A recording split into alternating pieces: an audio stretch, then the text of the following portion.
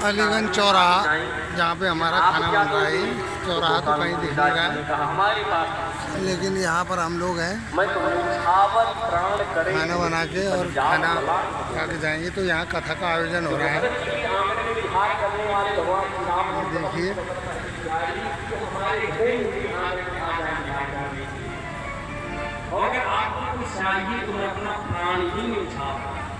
ये देखिए, ये हवन कुंड है, यज्ञ स्थल। और उधर शिव जी भगवान का त्रिशूल रखा हुआ है।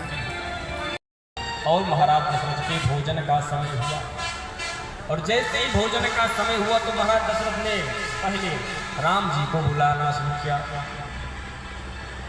कि राम आओ हमारे साथ, क्योंकि राम जी का स्वभाव क्या है? अनुज सखा संग भोजन करही, अनुज सखा संग भोजन करही, मातु पिता आयसु अनुसरही, अनुज सखा संग भोजन करही, मातु पिता अनुज सखा संग भोजन करे। महाराज जी ने जब बुलाया तो राम जी नहीं आए। कहा बुलाते होंगे, राजा होंगे, मैं नहीं जाऊंगा। लोगों ने कहा अरे तुम्हारे पिताजी हैं। तो कहा पिताजी हैं तो अकेले क्यों बुला रहे हैं? राजा की जितनी प्रजा होती सब पुत्र ही होती है। अगर इनको बुलाने तो सबको बुलावे, हमें अकेले क्यों बुला रहे हैं? इसलिए भोजन करत बोल जब राजा, नहीं आवत तजीबाल समाजा, भोजन करत बुलावत राजा, नहीं आवत तजीबाल समाजा। भोजन करते समय महाराज दशरथ ने बुलाया और राम जी गए नहीं। जब भोजन करने तो लोगों ने कहा आप मर्यादा पुरुषोत्तम हैं, और यही मर्यादा है कि पिताजी बुलावे आप भोजन के लिए न जाए। तो कहा मर्यादा पुरुषोत्तम इसलिए नहीं जा रहा। अगर मर्यादा न होती तो कदाचित चला जाता। देखो लोग भगवान के ऊपर बहुत आक्षेप लगाते हैं।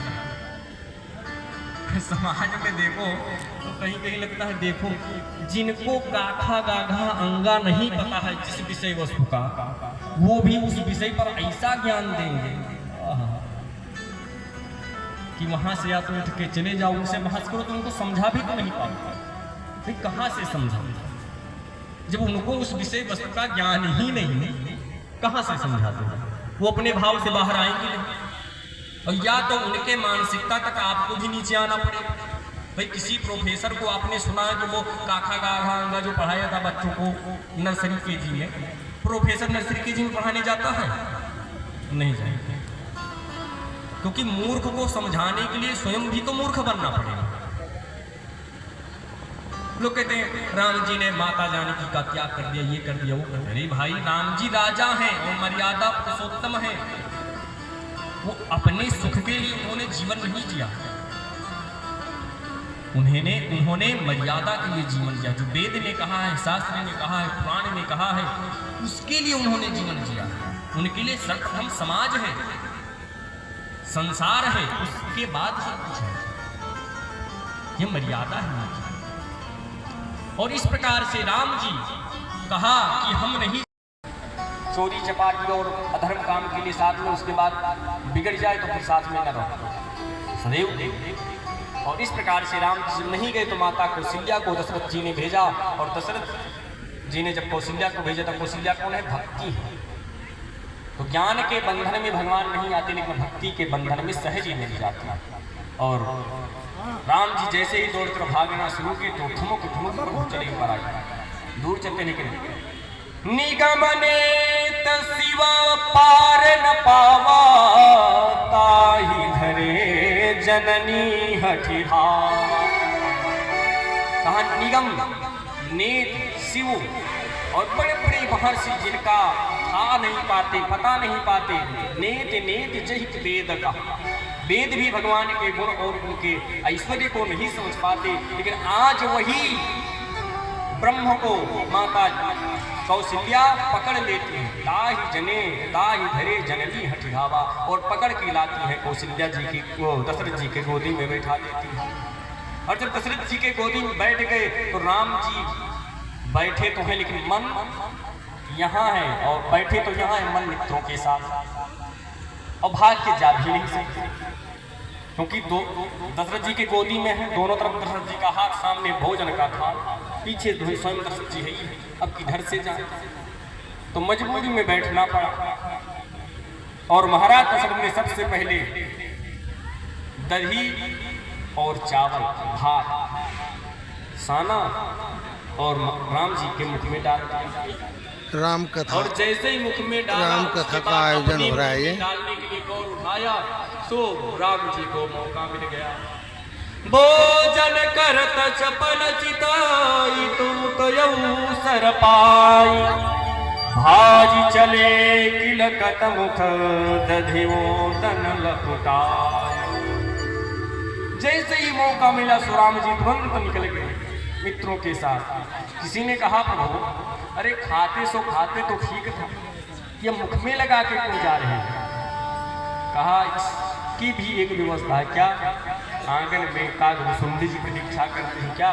जूठन पर अचिर महा स्वयं उठाए कर खाओ, क्योंकि जो जूठन गिरती है वही तो कागभूषुंडी जी प्रसाद के रूप में प्राप्त करते हैं। ये है राम जी का संस्कार। यहाँ तो नियम ये है, भगवान की इतनी मर्यादा की पुष्प वाटिका में गए तो बिना मालियों से पूछे एक पुष्प नहीं तोड़े। आवाज बिना पूछे कहो ताला तोड़ते हैं और तोड़ ही देते। लेकिन ये देखना राम जी की मर्यादा कि बिना पूछे मालियों से पुष्प नहीं तोड़े। आवाज लोग ताला तोड़ देते। लेकिन सोच लो कि नेक करा कमाई कर ले बंदे, कर्म न करना काला। और लाख आंख से देख रहा है तुझे देखने वाला, मेरे मालिक के दरबार में है सबका जीवन। मेरे मालिक के दरबार में है सबका मेरे मालिक के दरबार में है सबका जीवन। मेरे मालिक के दरबार में है सबका जीवन दाता।